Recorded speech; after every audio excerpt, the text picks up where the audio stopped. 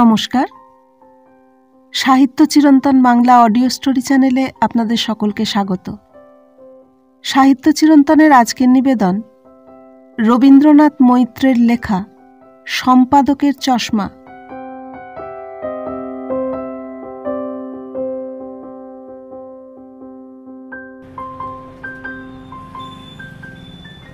দৈনিক মহোৎসব পত্রিকার খ্যাতনামা সম্পাদক শ্রীযুক্ত উৎফুল্ল দত্ত মহাশয় গড়গড়ার নল মুখে দিয়ে অর্ধস্তিমিত নেত্রে সম্পাদকীয় চেয়ারে বসে ঢুলছিলেন।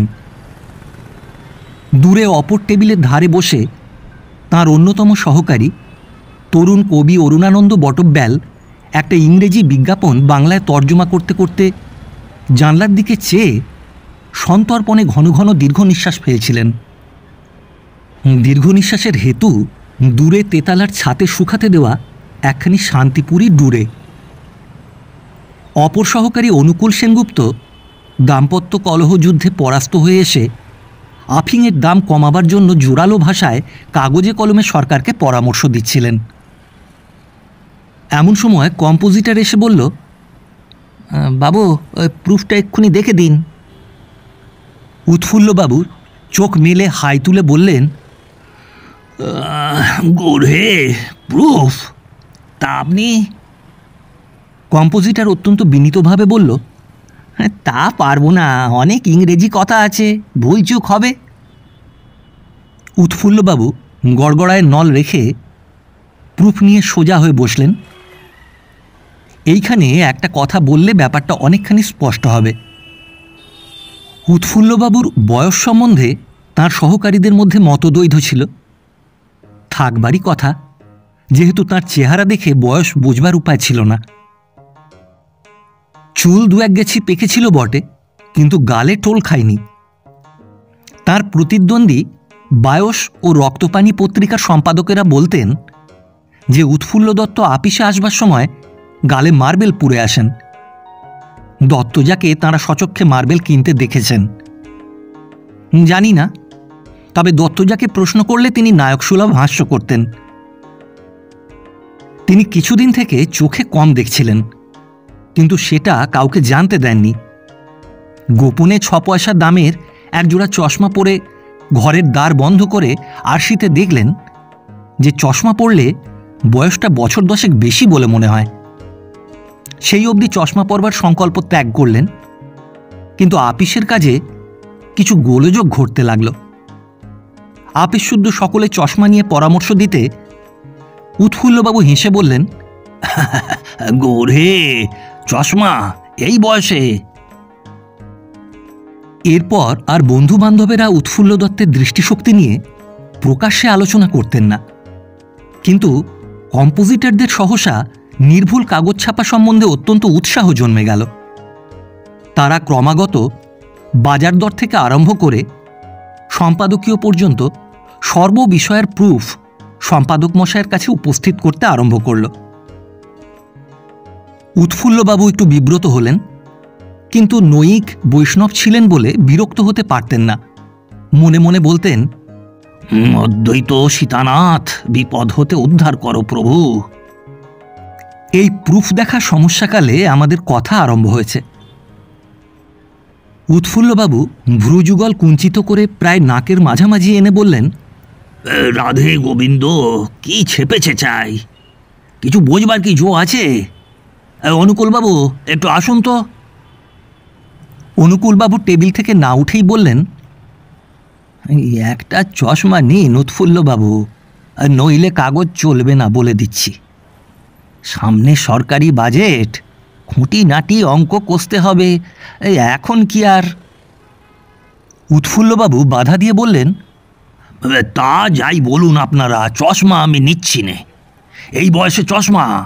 গৌর হে দয়াল গৌর, এই আপনি এদিকে আসুন তো বঙ্কুবাবু।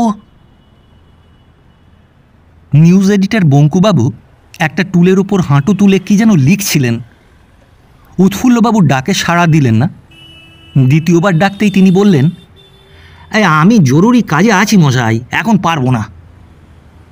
জরুরি কাজ মানে? উৎফুল্লবাবু জিজ্ঞাসা করলেন। আরে ডাকে চিঠি দিতে হবে মশাই, পরিবারকে চিঠি লিখছি। বঙ্কুবাবু মুখ না তুলেই বললেন, আহা, সেটা না হয় কালই লিখবেন, এইটা একটু। কাল কি মশাই?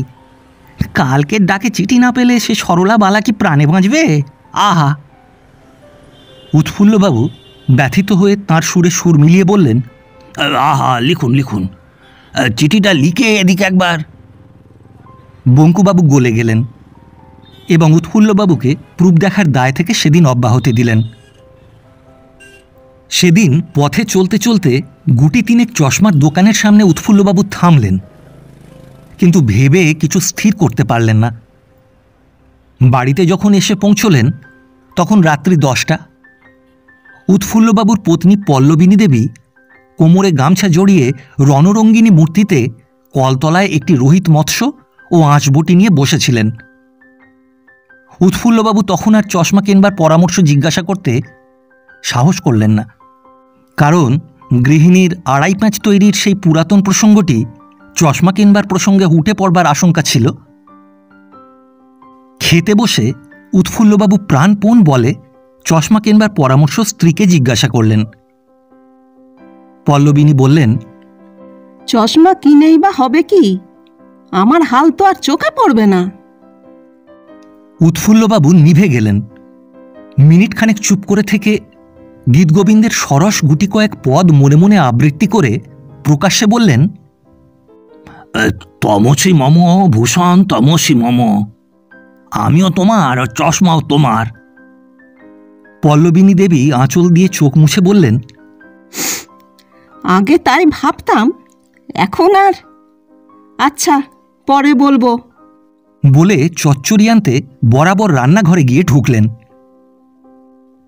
উৎফুল্লবাবু থতমত খেয়ে গেলেন। হঠাৎ গৃহিণীর কথায় তাঁর কিরকম ভয় হল।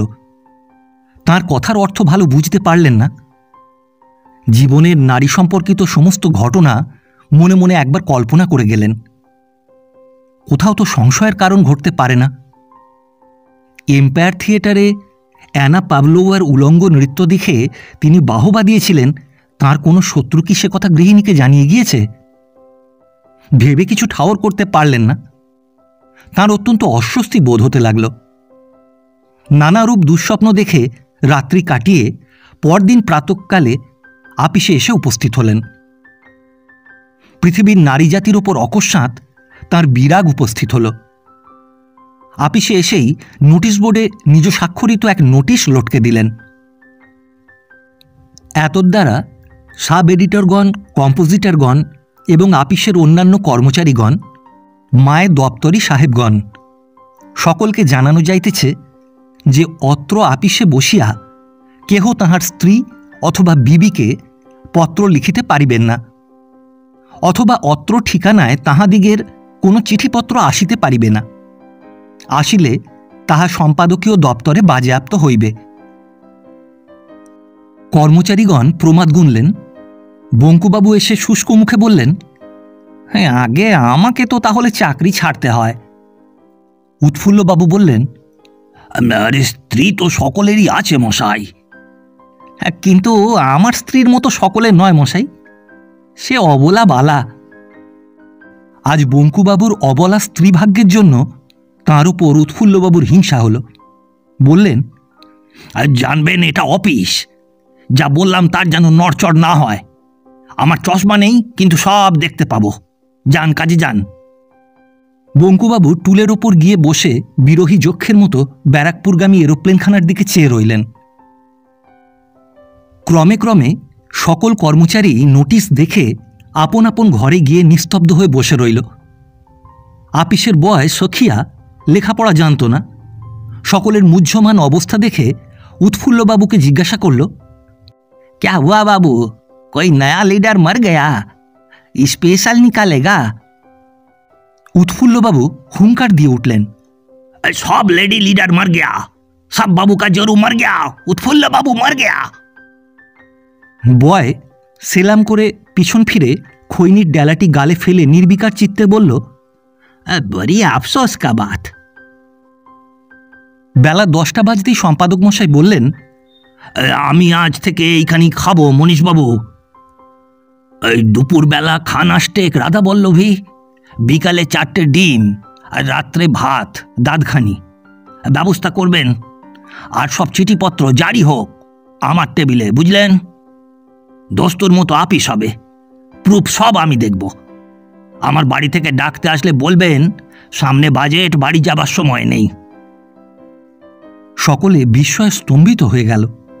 কি আশ্চর্য যে উৎফুল্লবাবু অবসর পেলেই আপিসের তেতলা থেকে শ্যামবাজারগামী ট্রামের দিকে চেয়ে থাকেন, আজ তাঁর কি পরিবর্তন! কবি অরুণানন্দ বললেন, কি নিদারুণ সুতীক্ষ্ণ কর্তব্যবোধ, রূপসী ষড়ঙ্গীর অপাঙ্গ ভঙ্গির মতো। উৎফুল্লবাবু কথাটি শুনে বললেন, দেখুন অরুণানন্দবাবু, স্ত্রী সম্বন্ধীয় উপমা আমার সম্পর্কে দেবেন না, সেটা আমার রুচি বিগর্হিত, বুঝলেন? গৌর হে গৌর। নারী প্রসঙ্গ বর্জিত শুষ্ক পলিটিক্স চর্চা করে সাব এডিটরগণ হাঁপিয়ে উঠতে লাগলেন, কিন্তু উৎফুল্লবাবুর তাতে ভ্রুক্ষেপ নেই। 2 দিন কেটে গেল, বাড়ি থেকে কেউ ডাকতেও এলো না। উৎফুল্লবাবু আরও কঠোর হলেন। ডাকের সময় হলেই অনুকূলবাবু একতলায় জল খাবার অছিলায় গিয়ে পিউনের প্রতীক্ষায় দাঁড়িয়ে থাকতেন।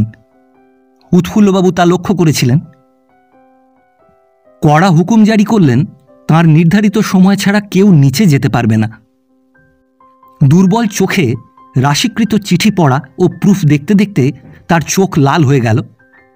ম্যানেজার মনীশবাবু এসে বললেন, একজোড়া চশমা নিন মশাই, আর এরকম করে।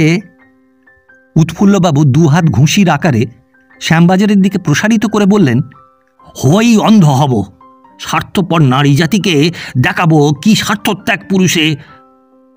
বলেই তিনি স্তব্ধ হয়ে বসলেন। মনীশবাবু মূল ব্যাপারটির কারণের সন্ধান পেয়ে মৃদু হেসে চলে গেলেন। সেদিন সহকারীরা সন্ধ্যার পূর্বেই তরুণায়তনের সদস্যদের দোদুল নৃত্য দেখতে প্রস্থান করেছিলেন।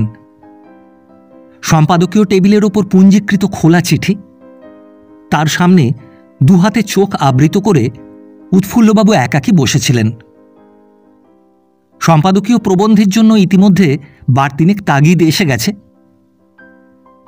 বাজেট আলোচনার প্রথম অংশ সমাপ্ত করে উৎফুল্লবাবু মস্তিষ্ক আলোড়িত করে একটা ঝাঁঝালো রকম উপসংহার আবিষ্কার করবার চেষ্টা করছিলেন। এমন সময় কম্পোজিটর আবার তাগিদ দিয়ে গেল।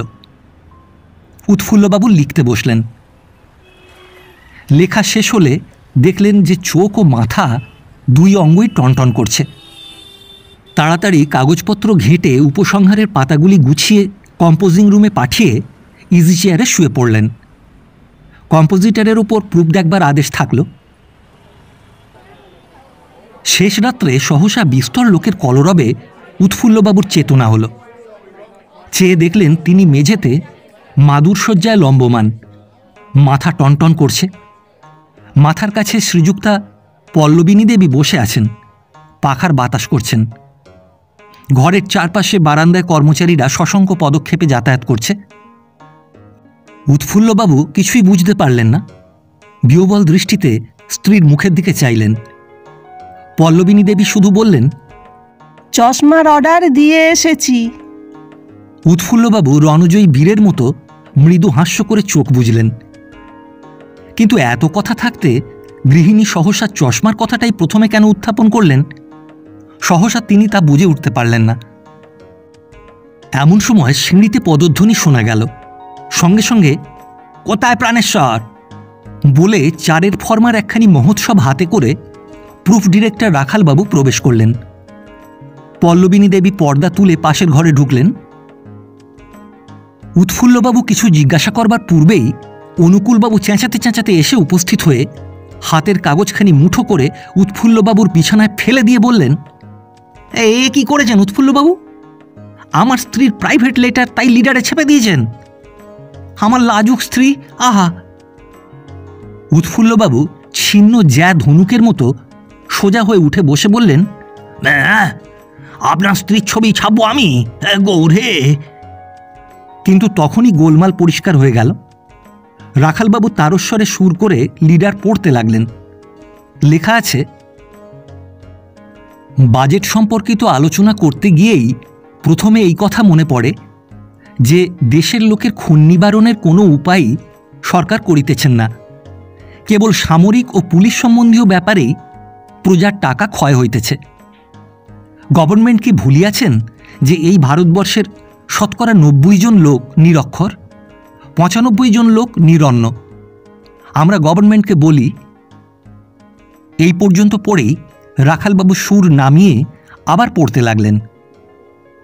বলি, প্রাণেশ্বর, তোমার পদাশ্রিতা দাসী নিহারের কথা কি একেবারেই ভুলিয়া গিয়াছ?